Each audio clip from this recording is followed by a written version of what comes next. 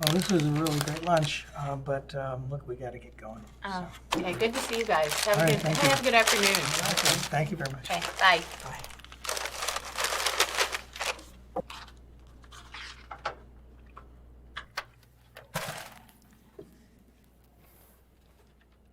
Michelle, hi. Hey, Adrian, how you doing? I'm doing pretty good. I had a pretty good weekend. Good, good. So, Michelle, have you heard that the city is freezing our funding? Yeah, I've heard that. So they want us to have more cases and they want to freeze our funding? Tell me about it. So, how many cases do you have? Way more than I'm supposed to. Right now on my desk, I have 40 cases. How many are you supposed to have? Well, the standard is 25.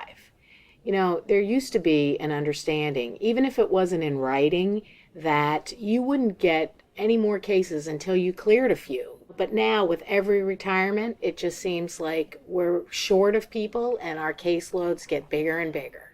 So, how many people have retired from your department? In the last year, 2 people have retired, and at that same time, 2 people quit. So we're down 3 people.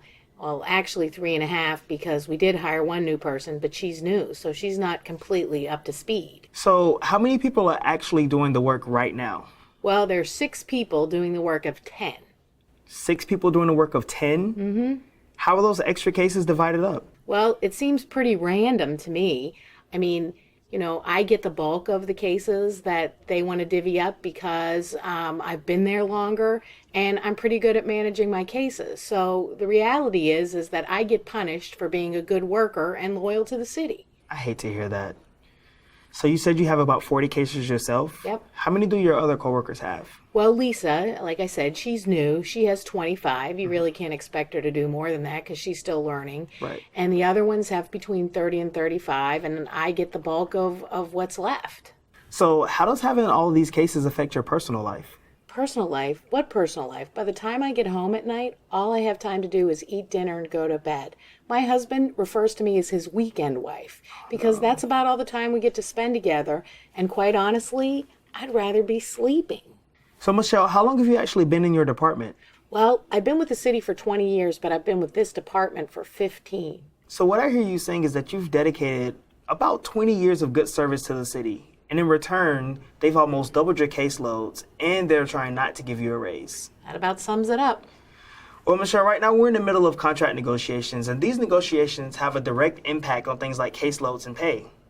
It's a shame that they want to work us more but pay us less. Meanwhile, the city council just gave themselves a nice raise. Can you believe that? What a bunch of hypocrites. Exactly, but we're not going to stand for that. We're coming together to put pressure on the mayor and city council to stop these pay cuts from happening. We're building membership in our union to let them know that we're standing together and that we're serious. And we're also signing this petition so that they know that what we do matters. Michelle, we can win, but in order to win, it'll take all of us. We win by having every person become an active member of the union, by having everyone sign this petition, and also by having everyone join us April 1st at City Hall so that our voices can be heard loud and clear. So Michelle, on April 1st, when we show up, how do you think the city will respond? Well, they're just going to tell us they can't afford it. Right, but remember, they just gave themselves a raise. The bottom line is they know that when we are strong, we're able to fight for funding for our clients and the services that we provide. Yeah, and I'm sure they just want us not to say anything and keep our mouths shut, too. You're right. So Michelle, are you ready to join us? I don't know, Adrian. I'm just trying to keep my head down until I retire. Michelle, when are you planning to retire? Hopefully in 6 years. 6 years? You and I both know that's a very long time. Imagine how your caseloads will be at the end of 6 years. I don't want to think about it. Exactly. How are caseloads going to get any better if we don't act now? They won't. But honestly, Adrian, I don't know how the union can be successful. The city doesn't take us seriously. Michelle, you're right. The truth is, our union is only as strong as we make it. The city knows how many members we have. And when most workers aren't members of the union, it sends the message that it's okay. It's okay for the city to give themselves a pay raise. It's okay for them to pile on more caseloads. And it's also okay for them to freeze our pay. Do you think that the city is going to wake up one morning and say, you know, we've been working our workers very hard. Let's hire more people to kind of take off the stress on them, or let's give them a pay raise? No. Exactly. And that's why it's important that we have a strong union, and it's important that our members become active. So Michelle, Are you ready to stand with us so that we can tackle issues like caseloads and pay raises? Okay, well, what do I need to do? Well, the first step is actually joining the union.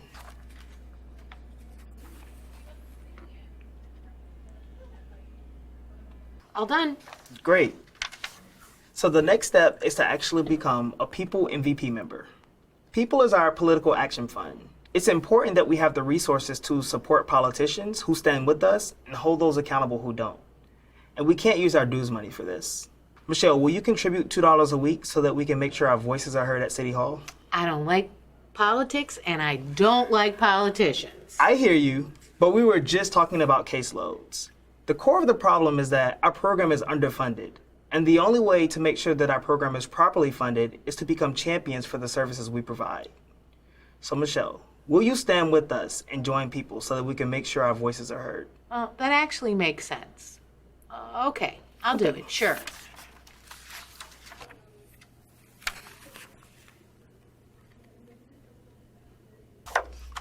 Awesome. So Michelle, this is the petition I was talking about earlier. People are signing this petition to let City Hall know that the work we do matters. We're going to present this during the rally on April 1st to City Hall. And I want to know, well, I'm glad you signed, but will you also come to the rally? Yes, I'm excited. Great. So now that you're excited, who else in your department do you think that we should talk to? All of them, all 5 of them. Okay. So I know that there's Lisa. Who else is there? Lisa Brown, Mike Smith, Lori Evans, Okay. Tim Collins, and Tasha Woods.